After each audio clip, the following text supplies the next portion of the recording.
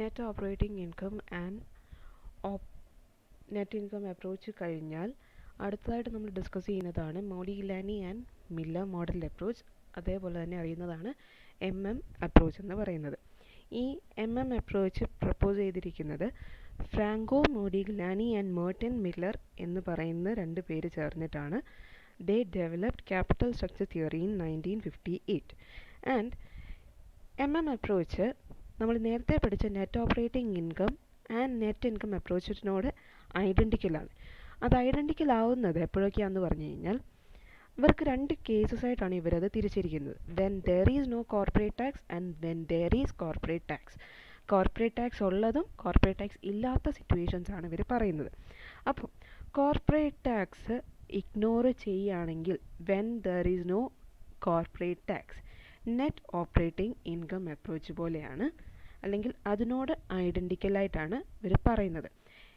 It is identical to net income approach when corporate taxes are assumed to exist. Corporate tax എന്നുണ്ട് when there is corporate tax എന്ന് പറയുമ്പോൾ it is identical to net income approach. So ആദ്യം തന്നെ നമുക്ക് നോക്കാം when there is no corporate taxes. Corporate tax ഇല്ലാത്ത കേസ് ആണെങ്കിൽ approach is identical to net operating income approach. അപ്പം നെറ്റ് ഓപ്പറേറ്റിംഗ് ഇൻകം അപ്രോച്ചിൽ പറയുന്നത് എന്തായിരുന്നു? Theory of irrelevance. ക്യാപിറ്റൽ സ്ട്രക്ചറും യാതൊരു തരത്തിലും വാല്യൂ ഓഫ് ദ ഫേമിൽ എഫക്റ്റ് ചെയ്യുന്നില്ല. സോ അതുതന്നെയാണ് Modigliani Miller argue that in the absence of taxes the cost of capital and value of the firm are not affected by capital structure or ഡെപ്റ്റ് equity mix. അപ്പം Modigliani Miller argue ചെയ്യുന്ന എന്താണ്? Tax ഇല്ലാത്തത് കൊണ്ട് cost of ക്യാപിറ്റലും value of the ഫേമും capital സ്ട്രക്ചറും കൊണ്ട് എഫക്റ്റ് ചെയ്യുന്നില്ല, അല്ലെങ്കിൽ ഡെപ്റ്റ് ഇക്വിറ്റി മിക്സിനുണ്ടാകുന്ന ചേഞ്ചസ് ഇതിനെ എഫക്റ്റ് ചെയ്യുന്നില്ല എന്നാണ് പറയുന്നത്. Two identical firms in all respect except in their capital structure cannot have different market value because of arbitrage process. Arbitrage process എന്നും പറഞ്ഞൊരു കാര്യമുള്ളത് കൊണ്ട് രണ്ട് ഐഡൻറ്റിക്കൽ ഫേംസിന് ഒരിക്കലും എന്തുണ്ടാകാൻ പറ്റില്ല? രണ്ട് തരത്തിലുള്ള മാർക്കറ്റ് വാല്യൂസ് ഉണ്ടാകാൻ പറ്റത്തില്ല. അതായത് two identical firms in all respect except in the capital structure. എല്ലാ തരത്തിലും രണ്ട് ഫേംസ് ഐഡൻറ്റിക്കൽ ആണെങ്കിൽ ക്യാപിറ്റൽ സ്ട്രക്ചറിൽ ഒഴികെ ബാക്കി എല്ലാ കാര്യത്തിലും ഐഡൻറ്റിക്കൽ ആണെങ്കിൽ they have different market value because of arbitrage process. Arbitrage process കൊണ്ടാണ് അവരുടെ മാർക്കറ്റ് വാല്യൂവിൽ ഡിഫറൻസ് വരുന്നത് എന്നാണ് പറയുന്നത്. ഇനിയും ഈ ആർബിട്രേജ് പ്രോസസ്സ് എന്താണെന്ന് നോക്കാം. ആർബിട്രേജ് പ്രോസസ്സ് എന്ന് പറഞ്ഞു കഴിഞ്ഞാൽ it refers to an act of buying securities when one market having lower price and selling it in another market having a higher price. വില കുറവുള്ള മാർക്കറ്റിൽ നിന്നും സെക്യൂരിറ്റീസ് മേടിക്കുകയും കൂടുതൽ എവിടെയാണോ ആ മാർക്കറ്റിൽ കൊണ്ടുപോയി അത് വിറ്റ് പ്രോഫിറ്റ് ഉണ്ടാക്കുകയും ചെയ്യുന്നതിനെയാണ് ആർബിട്രേജ് പ്രോസസ്സ് എന്ന് പറയുന്നത്. അപ്പം ഇൻവെസ്റ്റേഴ്സിന് അതിൽ നിന്ന് ഒരു റിട്ടേൺ ഏൺ ചെയ്യാനായിട്ട് പറ്റും. ഇപ്പം മാർക്കറ്റ് എയിൽ വില കുറവാണ് സെക്യൂരിറ്റീസിന്, അവിടെ നിന്ന് മേടിച്ച് മാർക്കറ്റ് ബിയിൽ വില കൂടുതലാണെങ്കിൽ they can sell it there at a higher price. അതിൽ നിന്ന് എന്ത് സംഭവിക്കും? അവർക്ക് അതിൽ നിന്നും ഒരു പ്രോഫിറ്റ് ഇൻക്രീസ് ചെയ്യാനായിട്ട് പറ്റും. അതാണ് അപ്രോച്ചിൽ അല്ലെങ്കിൽ ആർബിട്രേജ് പ്രോസസ്സ് എന്താണെന്ന് പറയുന്നത്. സോ അപ്രോച്ച് പ്രകാരം പറയുന്നത് എന്തായിരുന്നു? Determination of value of the firm, ഡെപ്റ്റ് ഇക്വിറ്റി മിക്സ് എന്ന് പറയുന്നത് ഇറിലവൻ്റ് ആണ്. അതുകൊണ്ടാണ് അതിനെ വിളിക്കുന്നത് തിയറി ഓഫ് ഇറിലവൻസ് എന്ന് പറയുന്നത്. And the reason argued by അല്ലെങ്കിൽ Modigliani and Miller is that ഡെപ്റ്റ് എന്ന് പറയുന്നത് ഇക്വിറ്റിയെ കമ്പയർ ചെയ്ത് നോക്കുന്നുണ്ടെങ്കിൽ ചീപ്പറാണ്. പക്ഷേ ഡെപ്റ്റ് കണ്ടൻറ്റ് യൂസ് ചെയ്യുന്നതിനനുസരിച്ച് കോസ്റ്റ് ഓഫ് ഇക്വിറ്റി ഇൻക്രീസ് ചെയ്യും. So cost of equity increase ചെയ്യുന്നത് കൊണ്ട് this offset the advantages of low cost of ഡെപ്റ്റ്. നമ്മൾ നേരത്തെ പറഞ്ഞ അപ്രോച്ചിൻ്റെ സെയിം കൺസെപ്റ്റ് തന്നെയാണ് ഇൻ ദി ആബ്സെൻസ് ഓഫ് ടാക്സിൽ അപ്രോച്ചിലും പറയുന്നത്. ഇനിയും അപ്രോച്ചിൽ കുറച്ച് അസംഷൻസ് ഉണ്ട്. ഫസ്റ്റ് അസംഷൻ തന്നെയാണ് there is perfect market. Perfect market എന്ന് പറഞ്ഞു കഴിഞ്ഞാൽ എന്താണ്? Investors are free to buy and sell securities. They can borrow freely on the same term as the firms do. Investors act in a rational manner. അപ്പം ഇൻവെസ്റ്റേഴ്സിനെ സംബന്ധിച്ചിടത്തോളം നമ്മൾ ഇങ്ങനെ അപ്രോച്ചിൽ അല്ലെങ്കിൽ ഹൈപ്പോത്തസിസ് നമ്മൾ പറയുന്നത് എന്താണ്?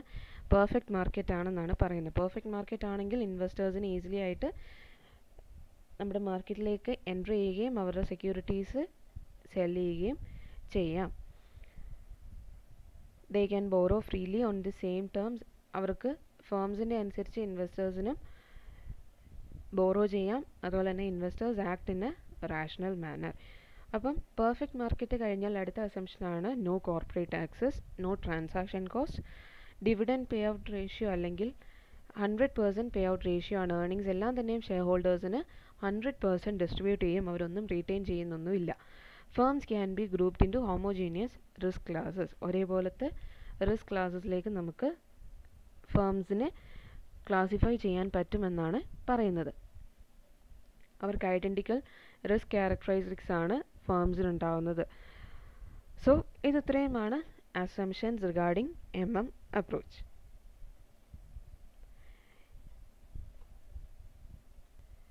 So approach, when there is no corporate tax, കേസിൽ പറയുന്നത് എന്താണ്? ഡെപ്റ്റ് ഇക്വിറ്റി മിക്സ് അല്ലെങ്കിൽ capital structure does not effects the value of the firm. Cost of equity capital remains constant. Cost of equity increases and overall cost of capital remains constant. ശ്രദ്ധിച്ചോളൂ, cost of equity increase ചെയ്യും, overall cost of capital അത് കാരണം constant ആയിട്ട് തന്നെ മുന്നോട്ട് പോകും.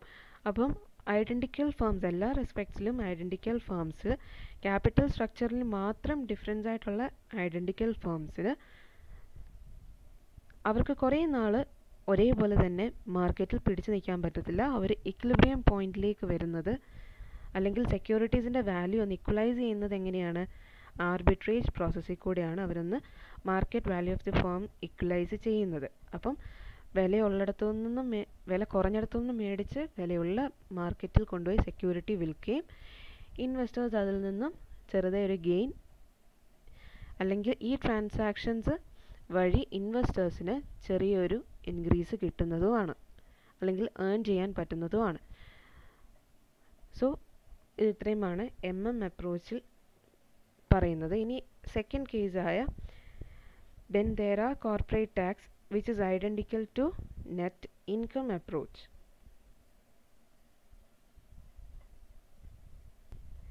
So when there are corporate taxes, Modigliani Miller പറയുന്നത് എന്താണെന്ന് വെച്ച് കഴിഞ്ഞാൽ when corporate taxes are assumed to exist ചെയ്യുന്നുണ്ടെന്ന് നമ്മൾ അസ്യൂം ചെയ്യുകയാണെങ്കിൽ ഫേമിൻ്റെ വാല്യൂവിനും ചേഞ്ചസ് ഉണ്ടായിരിക്കും. എന്തിനെ ബേസ് ചെയ്ത് നോക്കുമ്പം capital structure of the firm മാറുന്നതിനനുസരിച്ച് ഫേമിൻ്റെ വാല്യൂസിനും ചേഞ്ചസ് ഉണ്ടായിരിക്കും.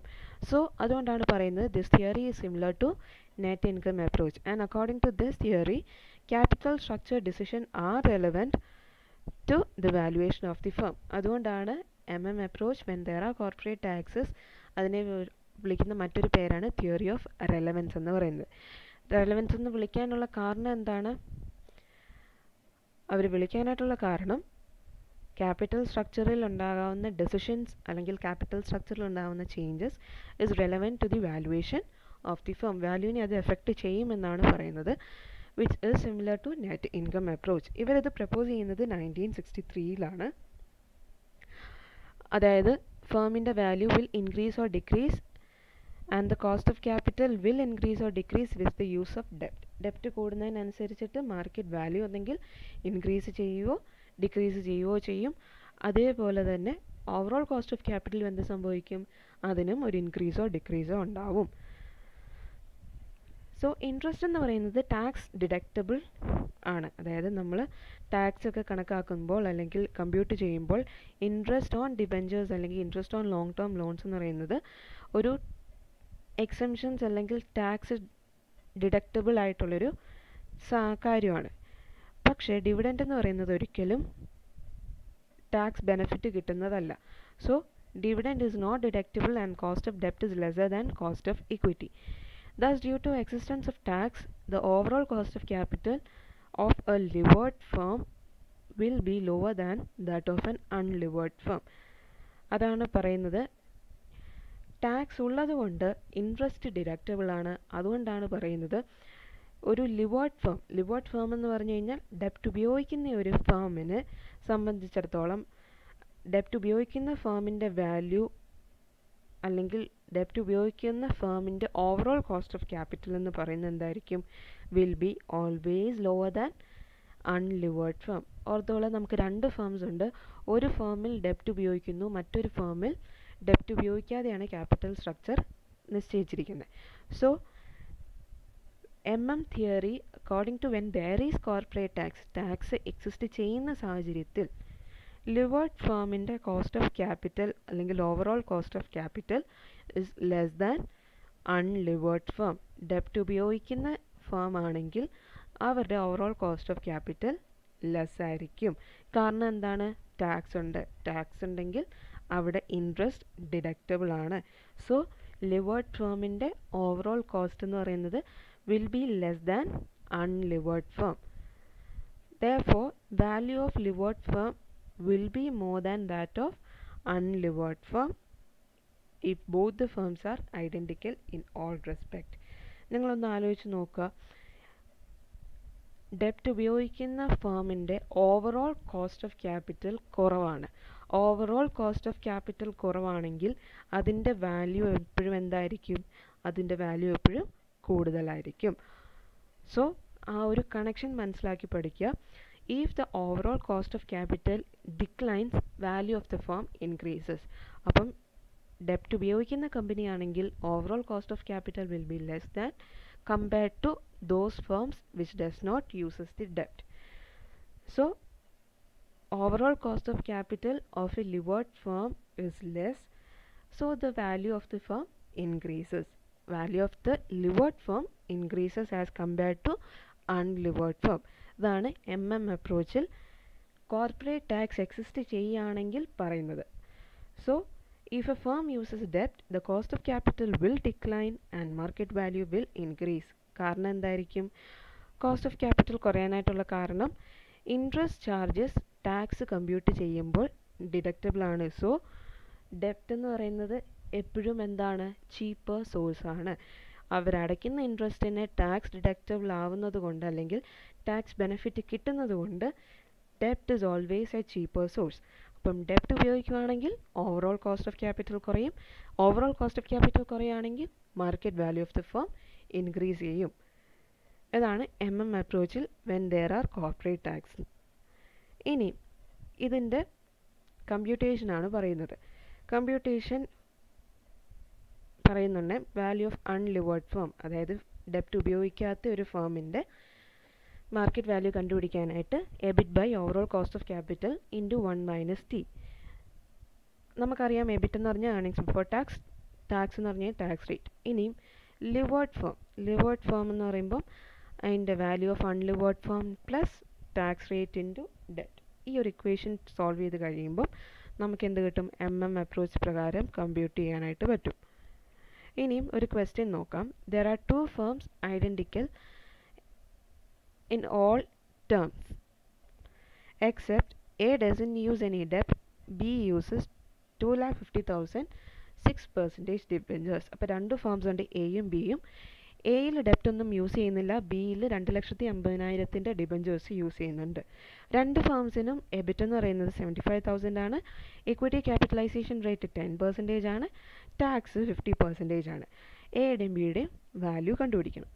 സോ ആദ്യം തന്നെ എ എന്ന് പറയുന്ന ഫേമിൻ്റെ മാർക്കറ്റ് വാല്യൂ കണ്ടുപിടിക്കാം. അപ്പോൾ എയുടെ സ്പെഷ്യാലിറ്റി എന്താണ്? ഡെപ്റ്റ് ഇല്ല. So EBIT by KO into 1 - C. ഡെപ്റ്റ് ഇല്ലെങ്കിൽ നമ്മളുടെ ഇക്വേഷൻ എന്താണ്? ഡെപ്റ്റ് ഇല്ല, അൺലിവേർഡ് ഫേം ആണെങ്കിൽ EBIT by overall cost of capital into 1 - T. EBIT എന്ന് പറയുന്നത് 75,000 divided by overall cost of capital 10 into 1 - T. Tax 50% ആണ് ടാക്സ്, 1 - 0.5. അപ്പം നമുക്ക് 3,75,000 ആണ് അൺലിവേർഡ് ഫേമിൻ്റെ മാർക്കറ്റ് വാല്യൂ എന്ന് പറയുന്നത്. അത് വെച്ചിട്ട് നമുക്ക് എന്ത് കണ്ടുപിടിക്കാം? ലിവേർഡ് ഫേമിൻ്റെ മാർക്കറ്റ് വാല്യൂ കണ്ടുപിടിക്കാം. So market value of B which is using ഡെപ്റ്റ്, value of unlevered firm plus tax into ഡെപ്റ്റ്. അപ്പം 3,75,000 പ്ലസ് 0.5 ഇൻറ്റു 2,50,000 അതാണ് നമ്മുടെ ഡെപ്റ്റ് വാല്യൂ എന്ന് പറയുന്നത്. നമുക്കന്നേരം മാർക്കറ്റ് വാല്യൂ ഓഫ് ബി എന്ന് പറയുന്നത് എത്രയാണ് 5 lakh. നോക്കുക ഏത് ഫേമിനാണ് കൂടുതൽ market value? Firm which is using ഡെപ്റ്റ്. 5 lakh ബിക്കല്ലേ വന്നത്, ബി ആണ് ഡെപ്റ്റ് യൂസ് ചെയ്യുന്നത്. So value of the firm which will be higher is for those which uses debt. ഡെപ്റ്റ് ഉപയോഗിക്കുന്ന ഫേമിനാണ് മാർക്കറ്റ് വാല്യൂ കൂടുന്നത്. ഇനി നമ്മൾ കുറേ അസംഷൻസ് പറഞ്ഞു. ആ അസംഷൻസിനെല്ലാം ക്രിറ്റിസിസംസ് ഉണ്ട്. കാരണം അത് റിയലിസ്റ്റിക്കലി നമ്മൾ ചിന്തിക്കുന്നുണ്ട് അതിന് പ്രശ്നമുണ്ടെന്നാണ് പറയുന്നത്. ഫസ്റ്റ് വൺ തന്നെ, markets are not perfect. Markets perfect ആണോ? എല്ലാ കേസസിലും പെർഫെക്റ്റ് മാർക്കറ്റായിട്ട് പോകും. അതായത് എല്ലാം ഇൻവെസ്റ്റേഴ്സിന് അവൈലബിൾ ആണ്, അതേപോലെ തന്നെ ഇൻവെസ്റ്റേഴ്സിന് ഫ്രീ ആണ് എക്സിറ്റ് എൻട്രിക്ക് എല്ലാം, അല്ലെങ്കിൽ സെക്യൂരിറ്റീസ് വിൽക്കാനും വാങ്ങാനും they are free to enter and exit. Investors act rationally. Real മാർക്കറ്റിൽ it is not always perfect.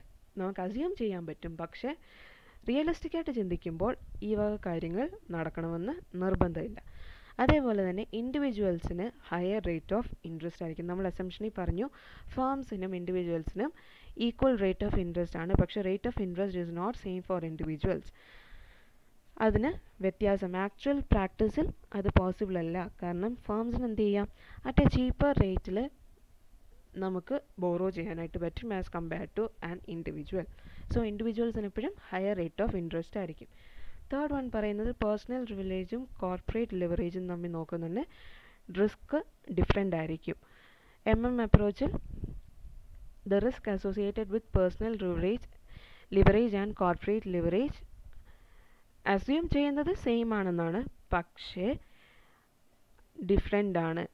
Personal leverage, അതായത് ഒരു ഇൻഡിവിജ്വൽ ബോറോ ചെയ്യുന്നതിന് അൺലിമിറ്റഡ് ലയബിലിറ്റി ആണ്. Even his personal property can be used for payment of his creditors.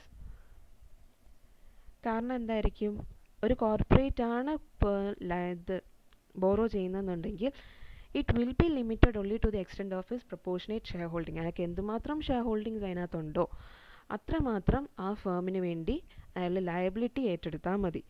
അയാൾ എത്ര രൂപയുടെ shares ആണോ hold ചെയ്യുന്നത്, 2 ലക്ഷത്തെയാണെങ്കിൽ 2 ലക്ഷം വരെയുള്ള ലയബിലിറ്റി ഏറ്റെടുത്താൽ മതി. എന്നാൽ ഒരു ഇൻഡിവിജ്വലിനെ സംബന്ധിച്ചിടത്തോളം അങ്ങനെയല്ല. എത്രയാണോ അയാൾക്ക് ലയബിലിറ്റി ഉണ്ടാകുന്ന അൺലിമിറ്റഡ് ലയബിലിറ്റി, ഫുൾ എമൗണ്ട് അയാൾ ലയബിളായിരിക്കും. അതാണ് പേഴ്സണൽ ലിവറേജും കോർപ്പറേറ്റ് ലിവറേജും തമ്മിൽ ഡിഫറെൻ്റ് ആണെന്ന് പറയുന്നത്. ഇനി ട്രാൻസാക്ഷൻ കോസ്റ്റ്, നമ്മളൊരു സെക്യൂരിറ്റി വിൽക്കുമ്പോൾ അല്ലെങ്കിൽ വാങ്ങുമ്പോൾ അതിനനുസരിച്ചിട്ടുള്ള ട്രാൻസാക്ഷൻ കോസ്റ്റ് വരും, ബ്രോക്കറേജും കമ്മീഷനായിട്ടൊക്കെ. അപ്പം നോ ട്രാൻസാക്ഷൻ കോസ്റ്റ് എന്ന് പറയുന്നത് ഒരിക്കലും നടക്കുന്ന കാര്യമല്ല, റിയലിസ്റ്റിക് അല്ല. കോർപ്പറേറ്റ് ടാക്സസും എക്സിസ്റ്റ് ചെയ്യുമെന്നാണ് പറയുന്നത്. സോ ഇതാണ് അപ്രോച്ചിൽ പറയുന്നത്. അപ്രോച്ച് 2 രീതിയിലാണ്. When there is no corporate tax, when there is corporate tax. No corporate tax ആണെങ്കിൽ നെറ്റ് ഓപ്പറേറ്റിംഗ് ഇൻകം അപ്രോച്ച് ആണ്, തിയറി ഓഫ് ഇറലവൻസ് ആണ്. When there is corporate tax ആണെങ്കിലോ, കോർപ്പറേറ്റ് ടാക്സ് ഉണ്ടെങ്കിൽ തിയറി ഓഫ് റെലവൻസ് ആണ്. Tax ഉള്ളതുകൊണ്ട് ഇൻട്രസ്റ്റിന് അത് tax benefit കിട്ടും, അല്ലെങ്കിൽ ഇൻട്രസ്റ്റ് ടാക്സ് ബെനിഫിറ്റ് കിട്ടുന്ന ഒരു കമ്പോണൻ്റ് ആണ്. അത് വെച്ചിട്ട് ഡെപ്റ്റ് യൂസ് ചെയ്താൽ value of the firm increase ചെയ്യും, overall cost of capital decline ചെയ്യുമെന്നാണ് പറയുന്നത്. സോ ഇതാണ് approach. As a whole question ചോദിച്ചു കഴിഞ്ഞാൽ 2 കേസസും എഴുതേണ്ടതായിട്ടുണ്ട്.